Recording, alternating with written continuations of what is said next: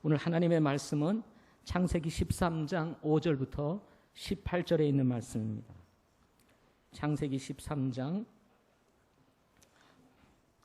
5절부터 18절에 있는 말씀입니다.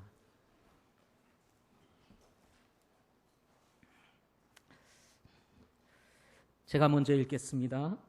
아브라함과 함께 간 롯에게도 양떼와 소떼와 장막이 있었으므로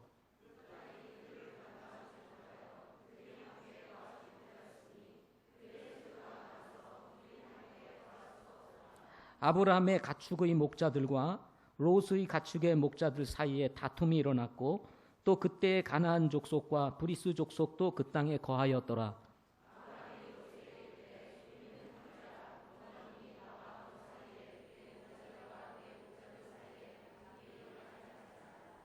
내 앞에 온 땅이 있지 아니하냐? 오나노니 너는 내 길에서 갈라서라. 내가 왼쪽을 취하면 나는 오른쪽으로 가고 내가 오른쪽으로 떠나면 나는 왼쪽으로 가리라 하니라.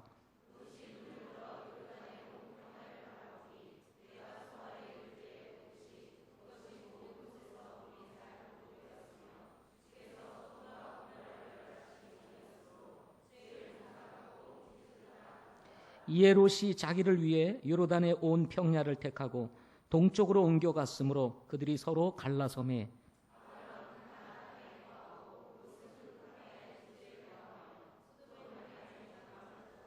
그러나 소돔 사람들은 사악하여 주 앞에 극심한 죄인이었더라.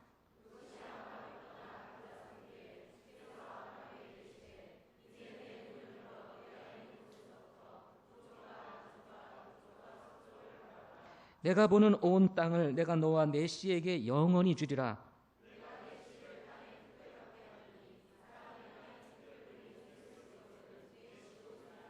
일어나 그 땅을 그곳의 길이로도 걸어보고 그곳의 너비로도 걸어보라. 내가 그 땅을 내게 주리라 하시니.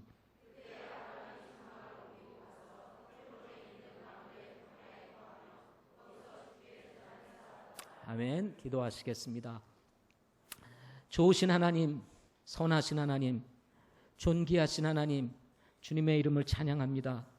오늘 저희들이 예배로 모였습니다.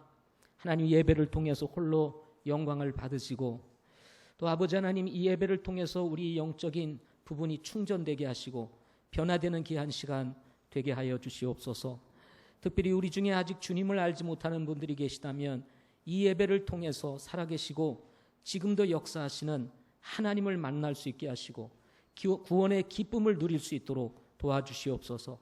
구원받은 우리 성도들이라면 아버지 하나님 더 주님을 닮아갈 수 있게 하시고 우리의 삶의 변화가 찾아와 영적으로 성장하고 우리의 믿음이 커져가는 복된 시간 되게 하여 주옵소서. 시간을 주님께 의뢰합니다. 하나님 역사해 주시옵소서. 예수님의 이름으로 기도하옵나이다. 아멘. 지난 한 주간에는 이 땅에 전쟁의 위기가 있었던 한 주간이었습니다. 어제 오후 5시까지 어떤 일이 벌어질까 여러분 조마조마한 마음이 있었을 것이라는 생각이 듭니다. 외국에서 보는 우리나라는 굉장히 위험지역이라고 말들을 합니다. 그런데 감사한 것은 이 땅에 사는 사람들은 그렇게 별로 못 느끼고 산다는 것입니다. 여러분 금요일 날 저녁 편안히 주무셨죠? 그러시죠? 예, 전쟁이 일어날 수도 있다. 그러나 저런 게 일어나지 않을 거다. 이런 생각들이 또 한편으로는 이런 생각이 있었을 겁니다. 이참에 그냥 한번 붙어보자. 이런 생각도 없지 않아 있었을 것이라는 생각이 듭니다. 그런데 우리가 아는 것 중에 하나는 전쟁은 사람에게 속한 것이 아니라 하나님께 속한 것이라는 것입니다. 사람이 어찌하든 북한이 어찌하든지 간에 일어나고 싶어서 일어나는 게 아니라 하나님께서 허락하셔야만 가능하다는 것입니다. 이 땅에 전쟁이 있어도 하나님의 뜻이 있는 것이고 전쟁이 일어나지 않는 데에도 하나님의 계획하심이 있을 것이라고 믿습니다. 그러나 우리는 어떤 처지에 놓이든지 우리가 믿을 수 있는 분은 하나님이라는 사실을 믿고 여러분 주 안에서 늘 평안하시기를 바랍니다. 오늘 말씀은 하나님을 경험하는 삶 시리즈 5번째로 하나님의 기준을 가지라는 제목으로 오늘 말씀을 같이 나누도록 하겠습니다. 신앙생활이란 하나님을 우리의 삶의 중심에 두고 이루어지는 삶이라고 할 수가 있습니다. 하나님을 떠난 신앙생활은 신앙생활이라고 할 수가 없습니다. 그래서 하나님을 중심으로 한 우리의 삶, 이것이 바로 신앙생활인 것입니다. 그런데 신앙생활을 하다가 보면 성공도 있고 실패도 있습니다. 신앙생활을 하다 보면 믿음으로 살 때도 있고 믿음으로 살지 못해서 넘어질 때도 있지 않습니까? 그만큼 우리 자신뿐만 아니라 우리가 살아가고 있는 이 사회가 하나님을 잘 믿을 수 있도록 열려있지 않다는 것입니다. 우리는 육신이 가득하고 또 죄의 성품을 가지고 있어서 믿음으로 살고 싶은데 그게 잘 안 될 때가 있고요. 또 이 세상조차 우리가 하나님을 잘 믿고 살 수 있도록 이 세상이 이 영적으로 또 우리 말씀에 열려있지 않다는 것입니다. 신앙생활은 영적 전쟁이기도 합니다. 예배생활, 기도생활, 말씀 읽기, 경건의 시간, 또 성도들과 나누는 교제, 이런 등등 이루어지는 우리 그리스도인의 삶이 그냥 이루어지는 것이 없습니다. 다 영적 싸움 속에서 이루어진다는 것입니다. 이런 신앙생활을 잘 하기 위해서 우리에게 꼭 필요한 것 한 가지가 있는데 그것이 뭐냐면 하나님을 아는 것입니다. 하나님을 알지 못하고서는 어떻게 우리가 하나님을 잘 믿을 수 있겠습니까?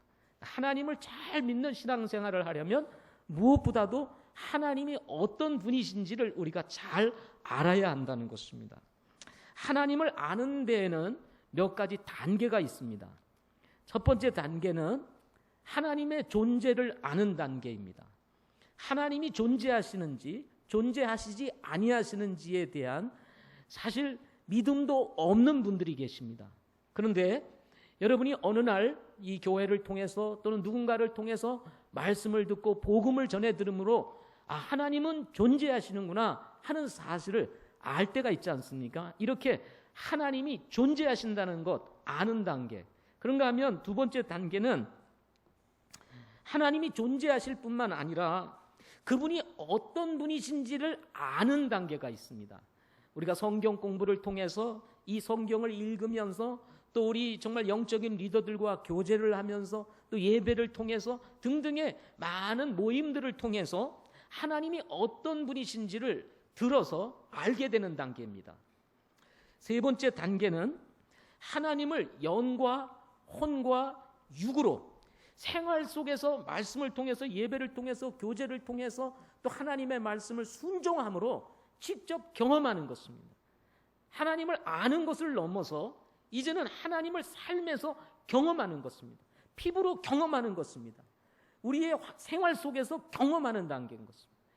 신앙생활을 하는 성도들의 기쁨은 하나님을 경험하는 삶에서 비롯된다고 할 수가 있어요.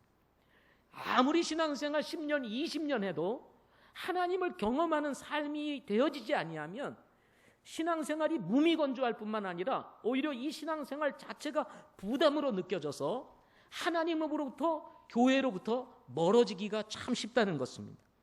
따라서 성도들의 마음 깊은 곳에는 늘 하나님을 경험하는 삶과 하나님을 경험하지 못하는 이 무미건조한 삶 사이에서 항상 고민하고 갈등을 하게 된다는 것입니다. 그래서 우리 그리스도인들이라면 어떤 쪽이 강합니까? 하나님을 경험하고 싶은 마음이 강한 것입니다. 그런데 문제는 뭐냐면 현실이 녹록치 않은 거예요.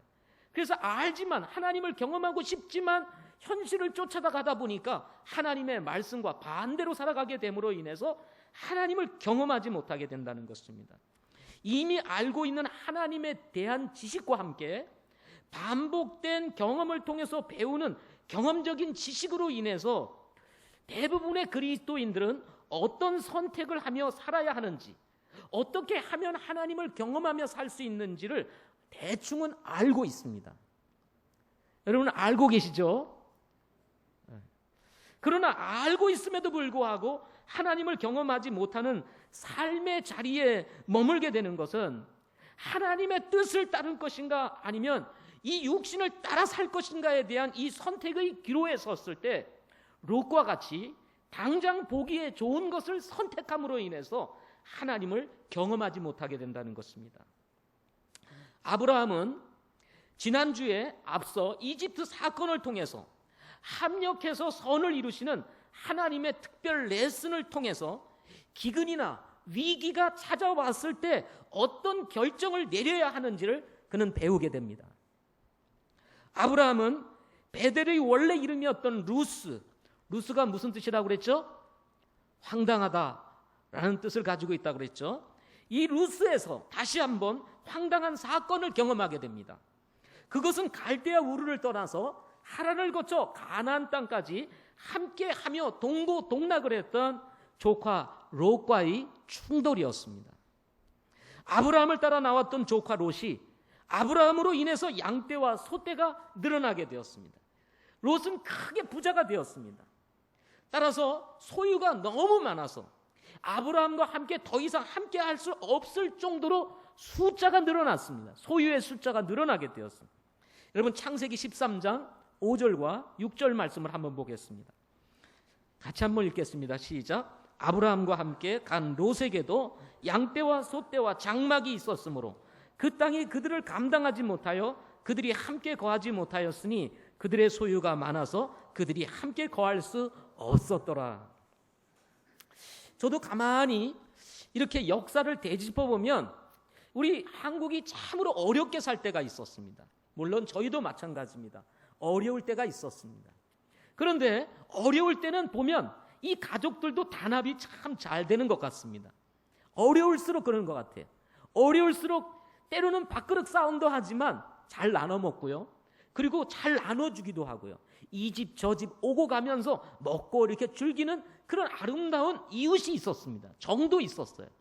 그런데 어떻습니까? 이제 나라가 잘 살고 이제 참 어떻게 보면은 이 남을 의존하지 아니하고 살아도 괜찮은 사회가 되다 보니까 이웃도 없어지고요. 오히려 가진 소유로 인해서 서로 다투고 싸우는 집안들이 많이 있는 것을 보게 됩니다. 어느 집이 좀 잘 산다 싶으면 안 도와줄까 싶어가지고 섭섭해하고 뭐 등등 여러 가지 문제로 인해서 이 다툼이 일어나는 것을 종종 보게 된다는 것입니다. 자, 이 아브라함과 롯 사이에도 이런 문제가 생기게 된 것입니다. 이 갈대아 우르를 떠나 이 가나안에 오기까지만 해도 그저 그랬습니다. 그런데 어느 순간 이 두 사람을 하나님이 축복하셔서 소유가 너무 많이 늘어나서 이제는 함께 할 수 없을 정도가 된 것입니다. 그러나 소유의 분량보다 더 큰 문제는 이 좁은 땅 안에서 일어나는 목자들 간의 다툼이었습니다. 자, 13장 7절 말씀을 보십시오. 같이 한번 읽어보겠습니다. 시작. 아브라함의 가축의 목자들과 롯의 가축의 목자들 사이에 다툼이 일어났고 또 그때에 가나안 족속과 브리스 족속도 그 땅에 거하였더라. 자, 숫자가 늘어남으로 인해서 기득권 싸움이 벌어지게 된 것입니다. 누구 양을 먼저 먹일 것인가, 어느 자리에 어느 양이 먼저 가서 자리를 잡을 것인가 등등의 문제로 인해서 여기 아브라함의 가축을 치는 목자들과 롯의 가축을 치는 목자들 간에 다툼이 일어나게 된 것입니다. 그런데 오늘 본문 말씀에 보면 다툼이 일어났다는 이 말씀 다음 구절에 보면 이어서 보면 그때 가나안 족속과 브리스 족속도 그 땅에 거하였다 하는 말씀이 기록이 되어 있습니다. 왜 다른 구절에서는 이런 말씀이 기록되어 있지 않다가 이 다투는 문제를 두고 그때의 가나안 족속과 브리스 족속도 그 땅에 거하였다는 말을 하였을까요? 저는 개인적으로 이 말씀을 보면서 이런 생각을 가졌습니다. 적어도 우리 그리스도인들이, 하나님을 믿는 사람들이, 하나님의 백성이 여기 가나안 족속들, 이 민족들이 살고 있는 땅에 와서 여기 그들이 보는 앞에서 서로 다투고 싸우는 모습은 그리 아름다운 모습이 아니었기 때문인 것입니다. 따라서 하나님께서는 아브라함의 마음속에 이 다툼을 피해야 되겠다는 생각을 가지게 하였던 것입니다. 우리 신약 성도들이 오늘을 살면서 꼭 필요한 것 한 가지가 있습니다. 그것이 뭐냐면 다툼입니다. 우리가 살면서 꼭 피해야 될 것 한 가지, 그게 뭐예요? 다툼입니다. 자, 옆에 있는 분들 서로 보시면서 우리 다투지 맙시다 하고 인사 한번 하겠습니다. 예, 우리 다투지 맙시다. 평생 살면서 다툴 일이 얼마나 많아요. 예. 저도 뭐 우리 부부하고 가끔 다툴 때가 있습니다. 우리 집사람하고. 예. 말로는 심하게 안 다퉈도 말없이 다투는 그런 삶을 살 때가 종종 있습니다. 잘 살아야 되겠다 생각을 하는데 조금만 섭섭한 일이 생기면 마음 문을 닫고 그리고 다툼이 일어날 때가 있지 않습니까? 빌립보서 2장 3절 4절 말씀해 보면 어떤 일도 다툼이나 헛된 영광으로 하지 말고 오직 겸손한 생각으로 각각 자기보다 남을 더 낫게 여기며 각 사람이 자기 일들만 돌아보지 말고 각 사람이 남의 일들도 돌아보라 하고 말씀을 하고 있습니다. 다툼이 생기면 남 돌아볼 마음이 없습니다. 근데 다툼이 사라지고 우리의 마음에 좋은 마음이 있으면, 겸손한 마음이 있으면 다른 사람의 허물이라든지 다른 사람의 부족한 것을 가지고 섬기고자 하는 마음이 우리 안에서 일어나게 되는 것입니다. 다툼은요, 그리스도의 마음이 아닙니다. 따라서 빌립보서 2장 5절에 보면 이렇게 말씀합니다. 너희 안에 이 생각을 품을지니 그것은 그리스도 예수님 안에 있던 생각이라 라고 말씀을 하면서 예수님이 가지고 계시는 생각, 그것이 뭐냐면 겸손이라고 이야기를 합니다. 겸손은 다툼으로부터 멀어지게 만들기 때문에 그렇습니다. 따라서 하나님을 경험하는 삶을 향해서 가는 성도들이 가져야 하는 마음이 하나가 있습니다. 그것은 옳고 그름의 문제를 넘어서 하나님의 뜻이 어디에 있는가를 찾아가는 것입니다. 옳고 그름의 문제를 만나게 되면 우리는 다투기 마련이기 때문에 그렇습니다. 네가 오느냐 내가 오느냐 서로 주장하면서 여러분 다퉈본 경험들이 있지 않으세요? 대부분 다툼은 옳고 그름을 따질 때 나타나게 되는 것입니다. 그러나 그리스도인들은 옳고 그름보다 더 중요한 것은 하나님의 뜻이 어디에 있느냐인 것입니다. 예수님께서 십자가를 지신 것은 옳고 그름의 문제를 해결하기 위해서가 아니라 하나님의 뜻을 따르기 위해서였다는 것입니다. 아버지여 내 뜻대로 마옵시고 누구의 뜻대로? 아버지의 뜻대로 하옵소서라고 말씀하신 것입니다.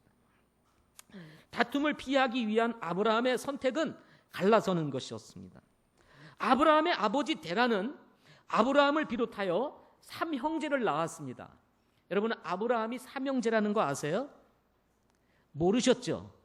그냥 늘 아브라함의 이야기만 들어왔잖아요. 아브라함에게는 아브라함은 3형제였습니다. 그 아브라함과 그리고 나홀 그리고 하란 이렇게 3형제를 데라가 낳았습니다. 이 3형제 중에 롯은 하란이라고 하는 형제의 아들이었습니다. 누구의 아들이요? 하란의 아들이었습니다.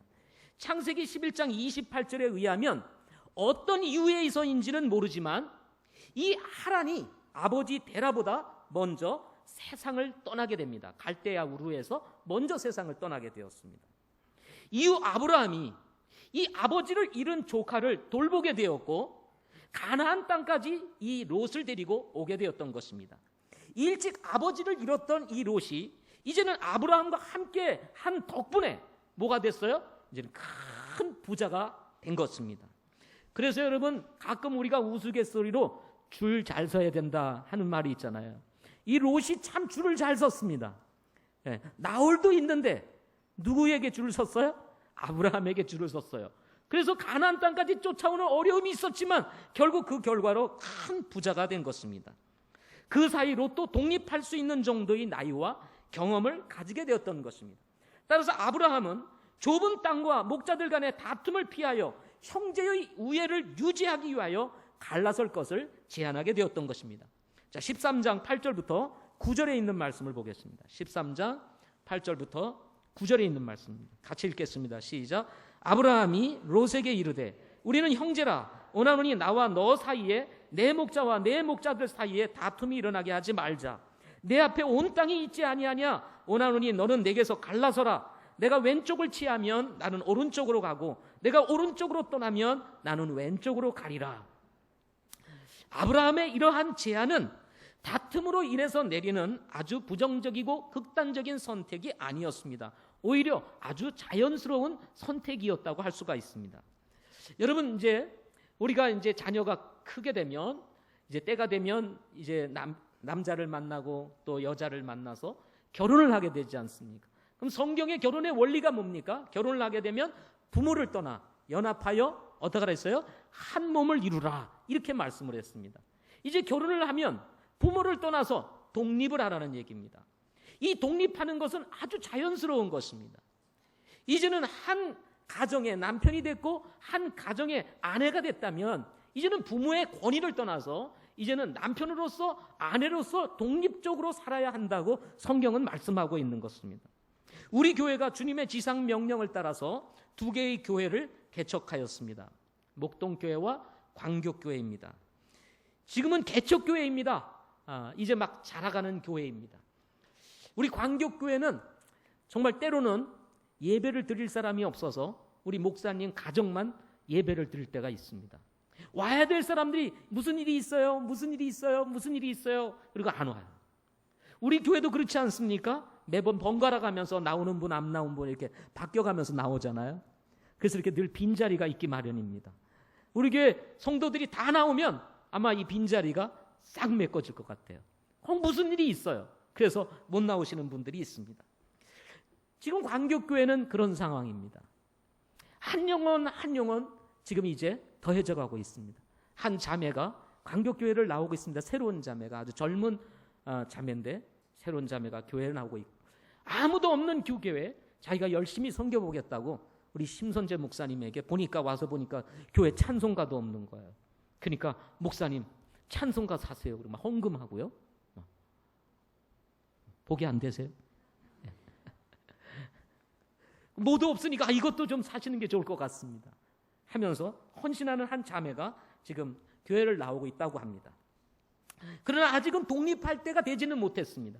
따라서 모교회인 우리 교회가 이 광교교회와 목동교회를 후원하게 되는 것입니다. 때가 되어서 이제 교회가 자라게 되었습니다. 사람들도 많이 이제 구원받고 교회에 연합되어서 성장하게 됩니다. 그러면 이제는 교회가 자립을 해서 스스로 독립하여 사역을 할 수 있게 되었을 때 이제 광교교회와 목동교회는 우리 교회로부터 어떻게 됩니까? 독립을 하게 되는 것입니다.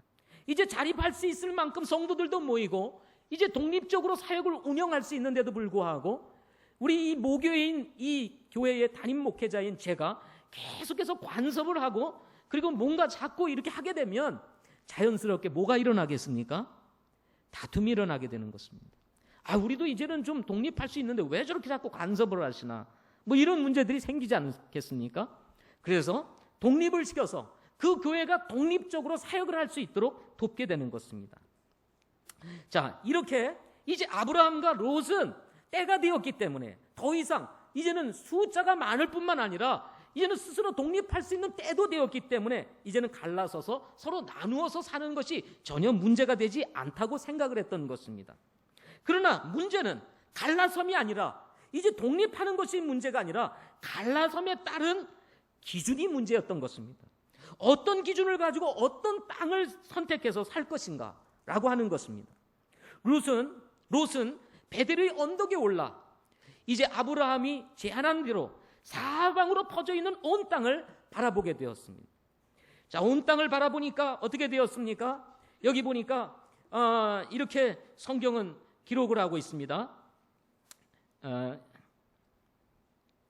우리 13장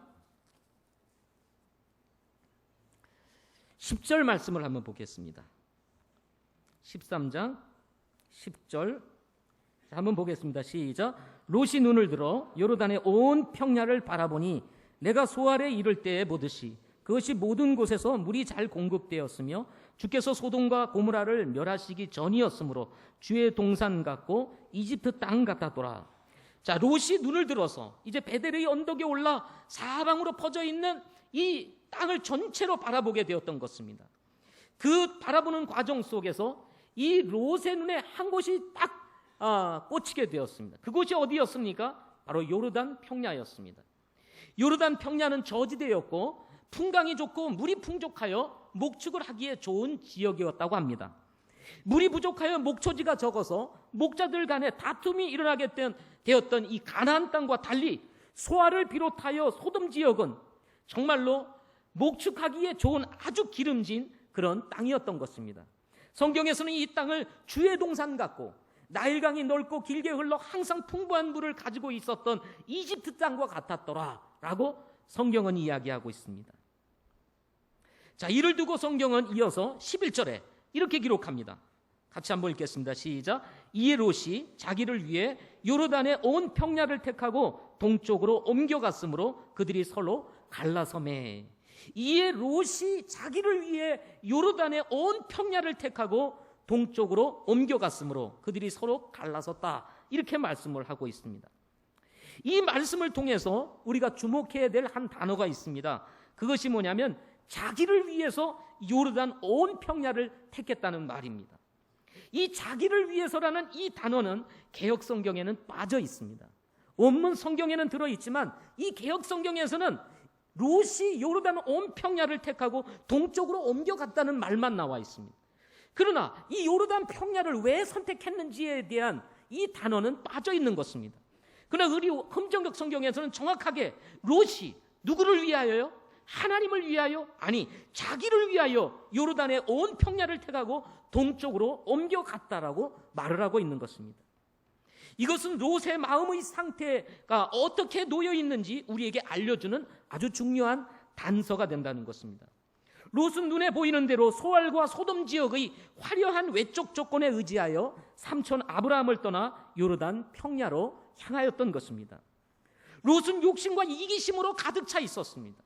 좋은 곳이라는 기대감과 함께 아브라함과 함께 살았던 세월 속에서 배웠던 영적인 원리들이 전혀 반영되지 않은 채 요르단 평야로 떠나갔던 것입니다. 아브라함은 자신이 가지고 있는 우선적 권리를 뒤로하고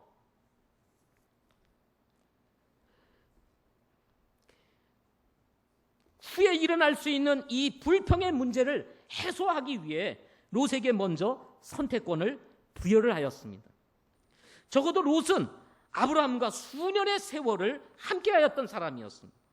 하나님께서 아브라함을 부르셨던 일, 그리고 아브라함이 하나님의 부르심을 따라 갈대아 우르를 떠나 갔던 일들, 하란을 거쳐 가나안 땅에 이르렀던 일, 뿐만 아니라 기근이 들어서 이집트로 내려가 하나님의 도우심으로 극적으로 살아나왔던 이 모든 일들을 함께 경험했던 사람이 누구였습니까? 바로 롯이었습니다.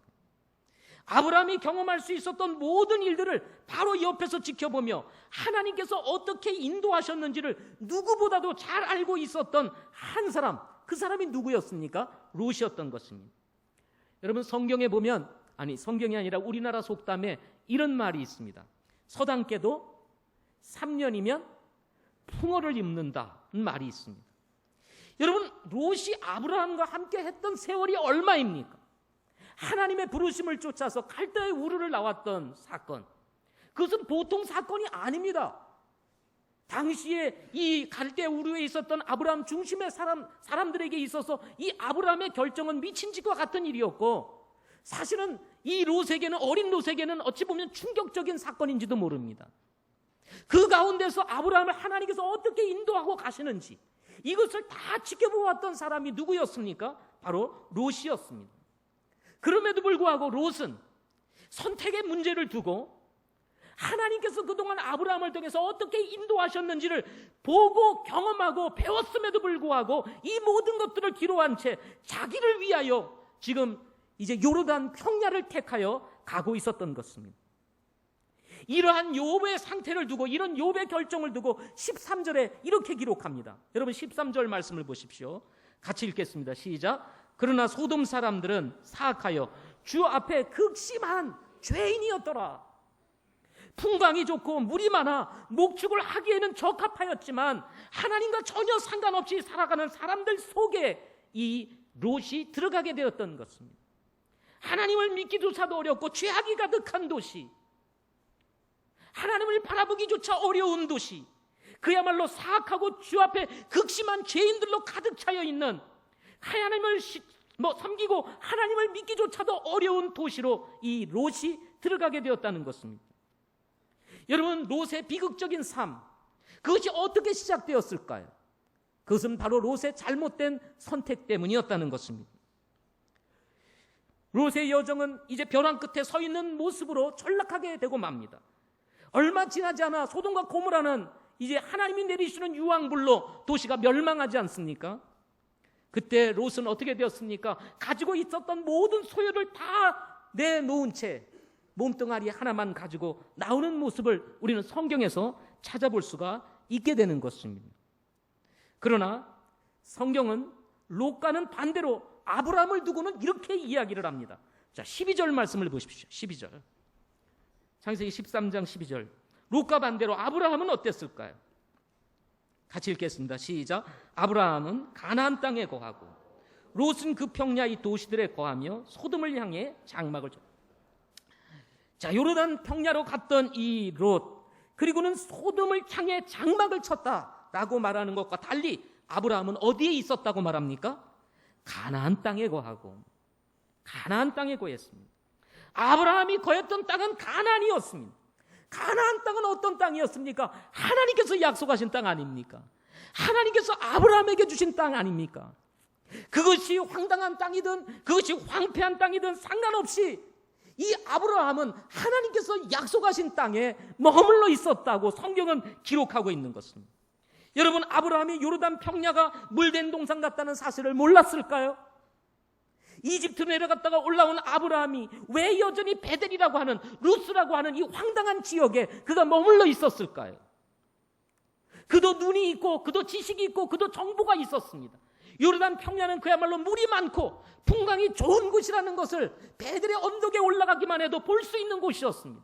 그럼에도 불구하고 이 아브라함이 베델에 머물러 있었고 가나안 땅에 머물러 있었던 이유가 어디에 있었느냐는 것입니다. 여러분 기억하십시오. 가나안 땅은 하나님이 허락하신 땅인 것입니다. 물이 없는 척박한 땅이 문제가 아니라 하나님이 계신 곳, 하나님께서 말씀하신 곳, 하나님께서 아브라함에게 주신 곳, 그곳에 머무는 것이 바로 축복이라는 것입니다. 이런 기준을 가지고 있었기 때문에 아브라함은 조카 롯에게 선택할 수 있는 권리를 넘길 수 있었던 것입니다.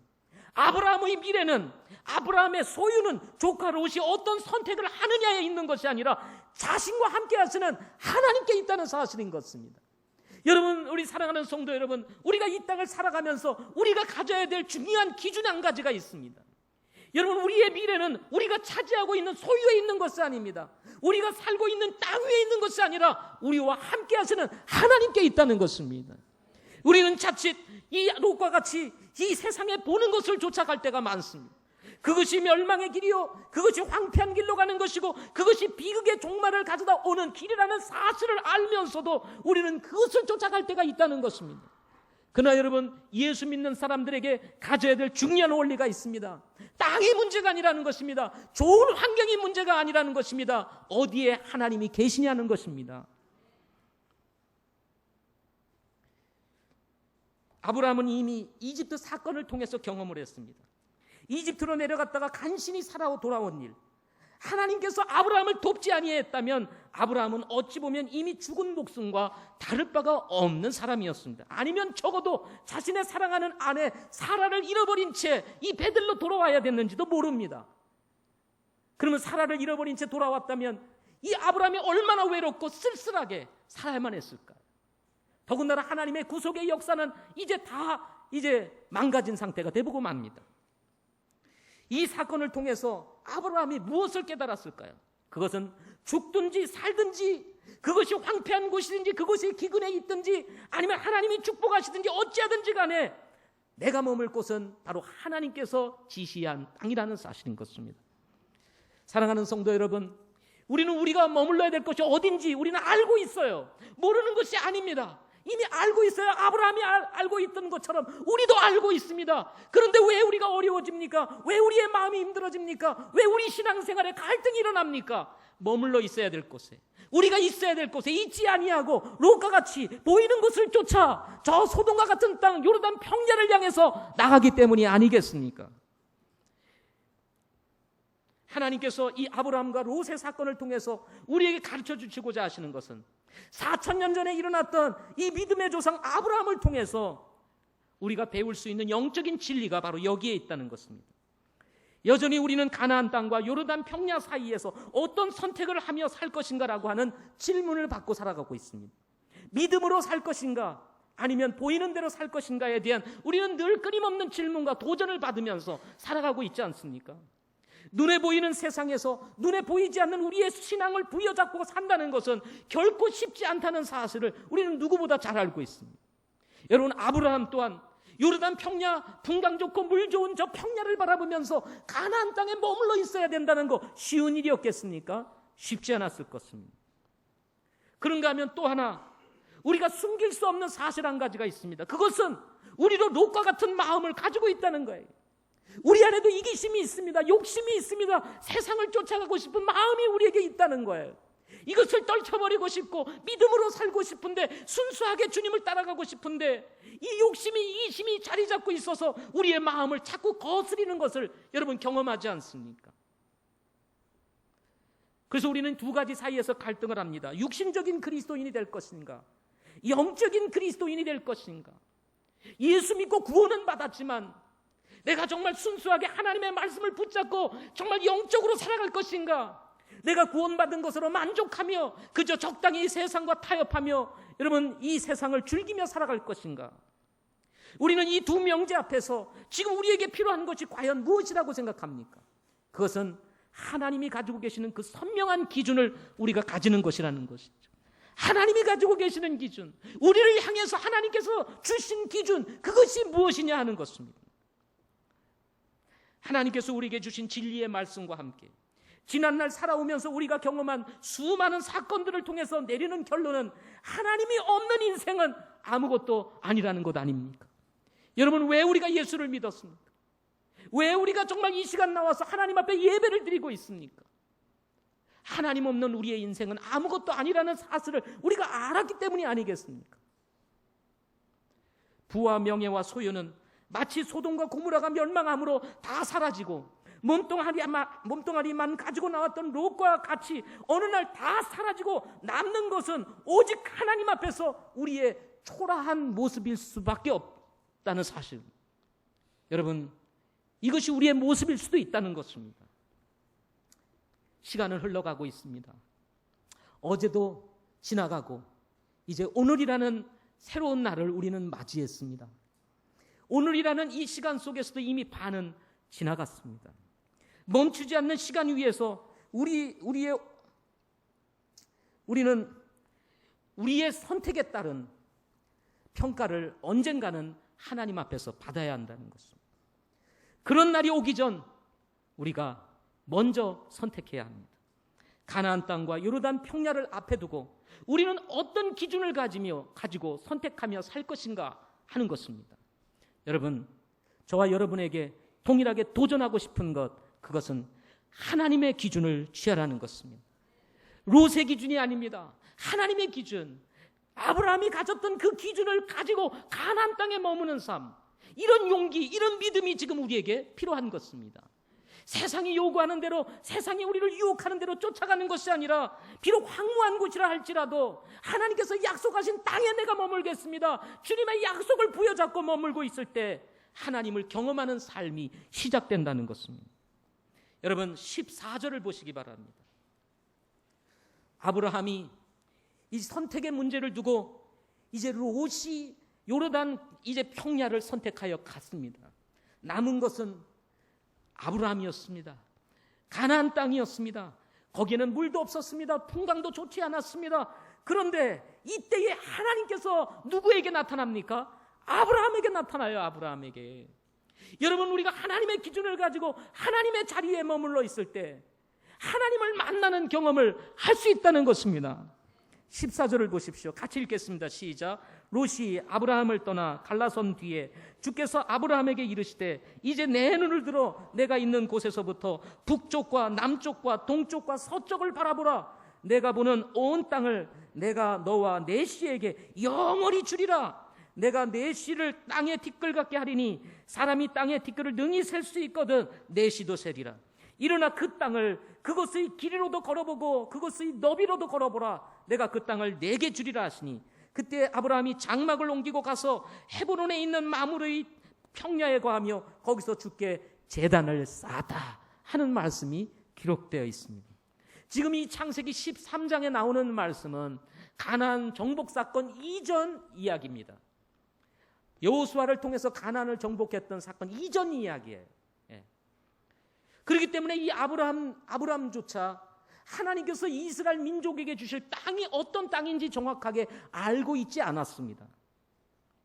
그런데 이 사건을 통해서 선택의 이 참으로 중요한 권리를 이 롯에게 넘겨주고 롯이 좋은 것을 선택하여 가고 이 아브라함이 가나안 땅에 머물러 있었을 때 하나님은 아브라함에게 조용히 나타나서 이 아브라함에게 말씀하시는 거예요.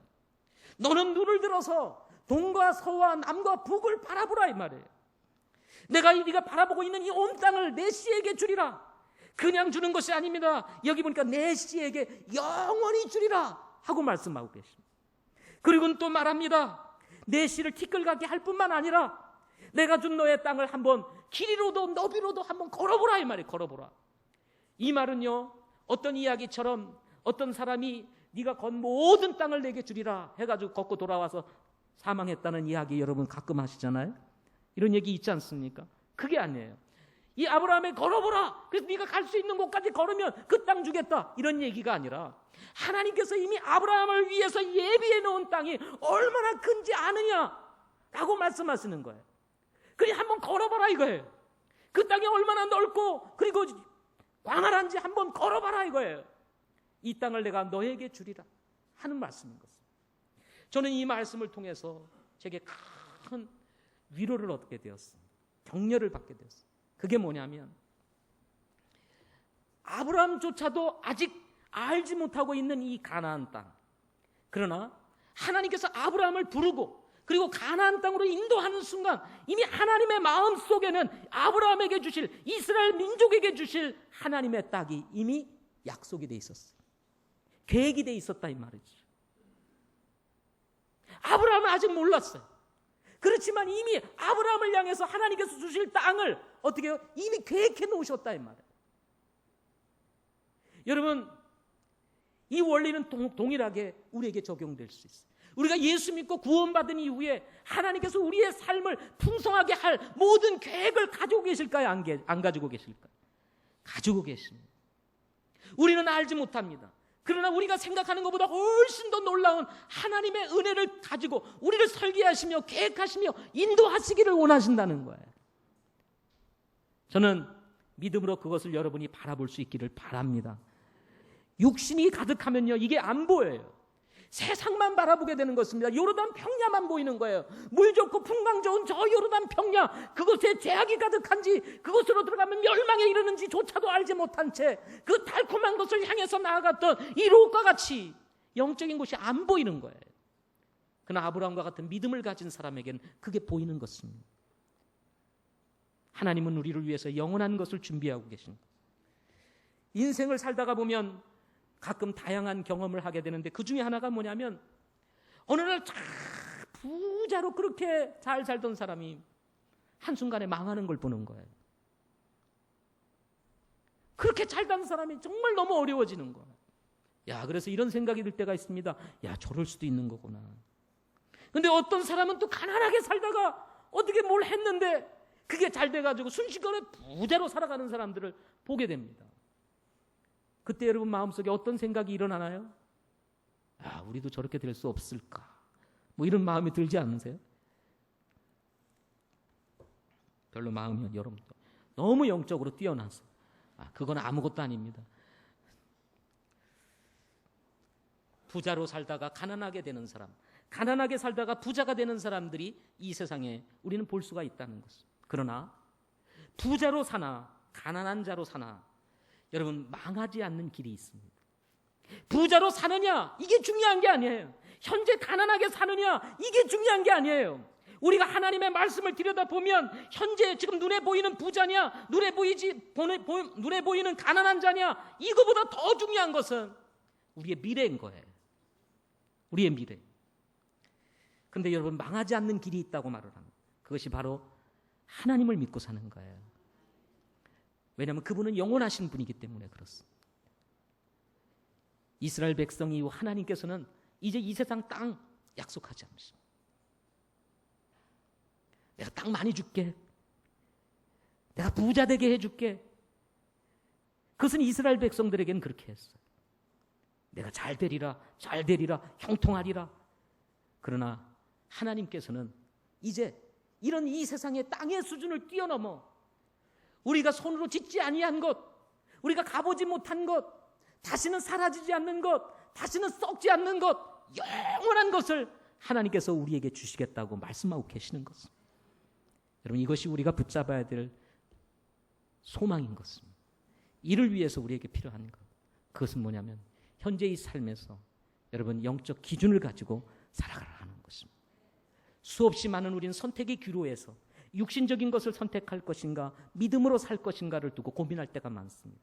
이때 여러분 눈에 보이는 것을 쫓아가지 말고 하나님의 말씀을 기준으로 삼아서 여러분 하나님의 자리에 머무는 영적 기준이 여러분에게 뚜렷하게 나타나기를 소망합니다. 그렇게 되면 하나님께서 여러분을 축복하실 것입니다. 기도하겠습니다.